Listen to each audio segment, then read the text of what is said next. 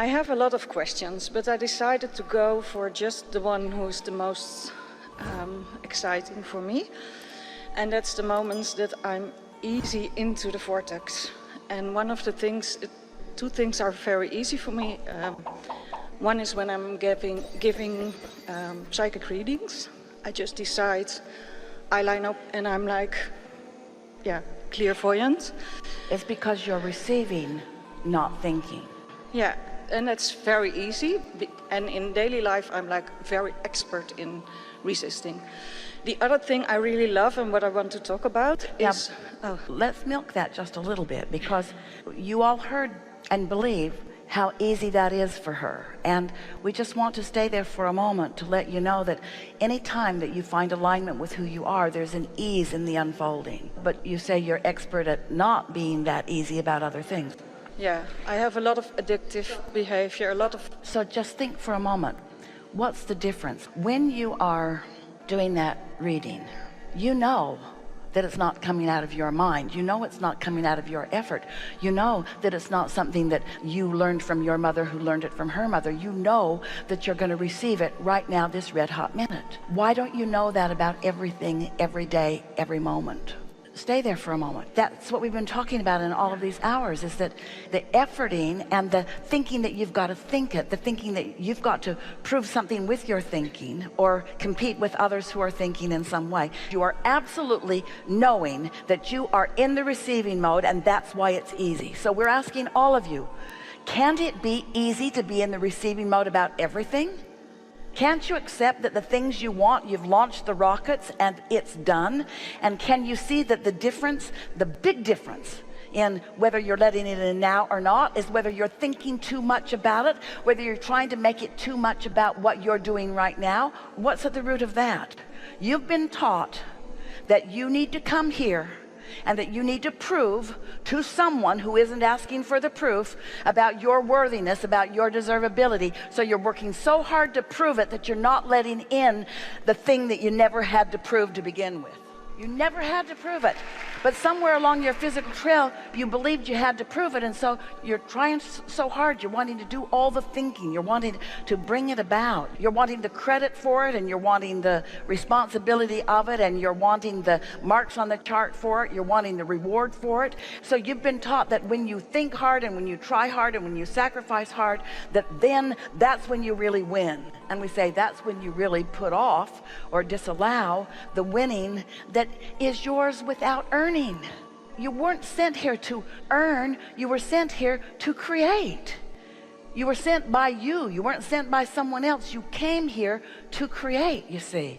Well, we really want you to hear that distinction. Did it? Do you know why it's easy for her to receive when she's giving a psychic reading? Because she knows it's not coming from her brain. She knows that it's not hers to do. She knows that it is hers to receive. And we want all of you to know that all of the things that you want are yours to receive, not yours to produce. That's why when you get into that meditative state, we want you to watch the movie, not direct it, not define the characters. Don't direct it. You already did that in step one. Step one caused you to gather all of the ingredients. They're already there. And the law of attraction has made magical music about all of them, you see. Now it's your job to do your own psychic readings. Now it's your job to get into that receiving mode, and you'll just get better and better and better and better and better at it. And it is easy. It's so easy to know what to do once you get the clues.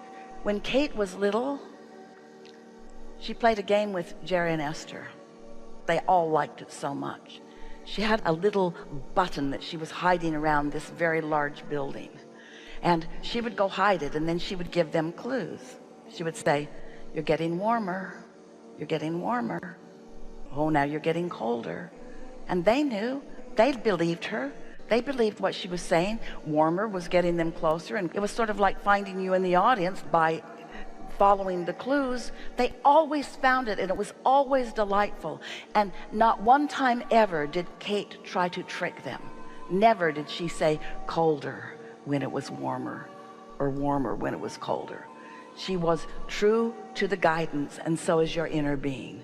The better it feels, the closer you're getting to it, and the worse it feels, the further you're getting from it.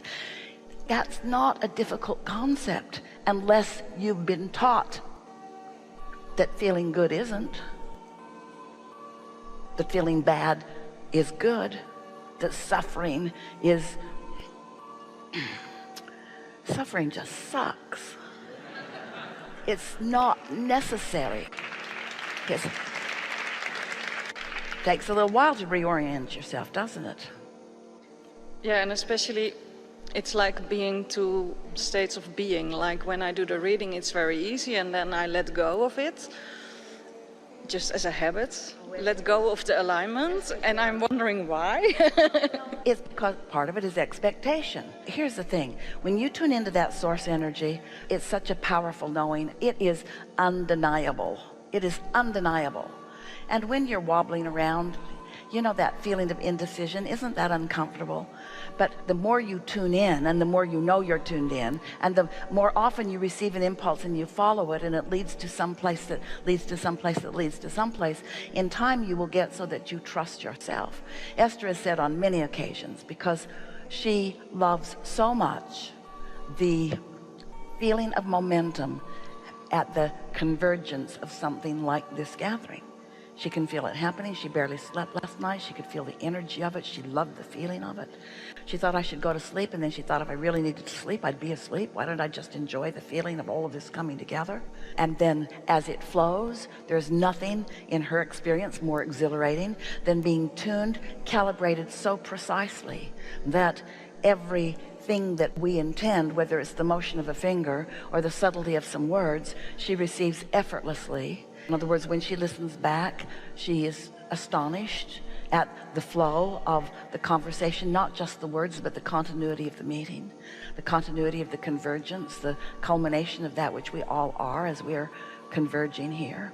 She likes it so much. And then she will say, I think I'm going to just get Abraham and just walk around like that all the time. Why don't I just be Abraham? Why don't I just be Abraham? That way everybody gets source, no matter what. Nobody's ever going to catch me in a bad mood or a confused mood. In other words, why don't I just be that? And we say, yeah, why don't you just be that? Why don't you tune into who you are? Why don't you be your better self, as our friend said yesterday? Why don't you be the whole of you? Well, there is a reason. You do want to explore. You came into this body to see things that your inner being does not see. You came to explore the subtle nuances of the variety, because expansion comes from that. So these two aspects of your being, this non-physical source that is you, and this leading edge creative being that is you, you came to explore the contrast, because out of it comes the new desire. And that new desire is essential to the expansion of the universe. The evolution of all species is dependent upon your ability to not be in complete connection with source energy all of the time, but instead to explore some things in order to ask for more, so that source can then focus upon the more that you have sifted and sorted from your environment. Does that make sense to you? Yes. And some of you say, well, I'm not so sure I really wanted to sign up for that. Wouldn't I rather be just non-physical energy who doesn't have to have the experience of suffering in the contrast? And we said, no one expected to come here and suffer in the contrast. When you go to a buffet where there is a lot of food to choose from, do you suffer in your choices? Oh, this is so discouraging. There are things here that I don't want to eat. They should be eliminated from the buffet. I don't want to see them. We say, just don't put them on your plate and in your mouth. Don't suffer that they exist. Just choose around them. Because in those choices, you are defining. So as you choose wanted and unwanted, as you focus and therefore choose wanted and unwanted, you refine and you define and you put out a vibrational message to the universe of what your choices are. And because you are blessed, because you are worthy, as you make those choices, source focuses upon your choices and holds them in a constant vibrational field just so that you can calibrate and tune yourself to them. Don't you love knowing that? Isn't it just the perfect environment for all of us? Isn't it? Isn't it? Isn't it?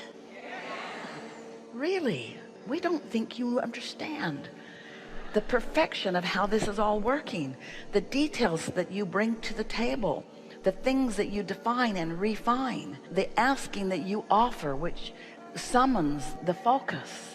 Creation is about life. Creation is about the continuing of life. You are an eternal being. You can't cease to be. You can't just say, I'm going to bail out of this game. I've decided not to run for this election. You can't do that. You can't opt out of it.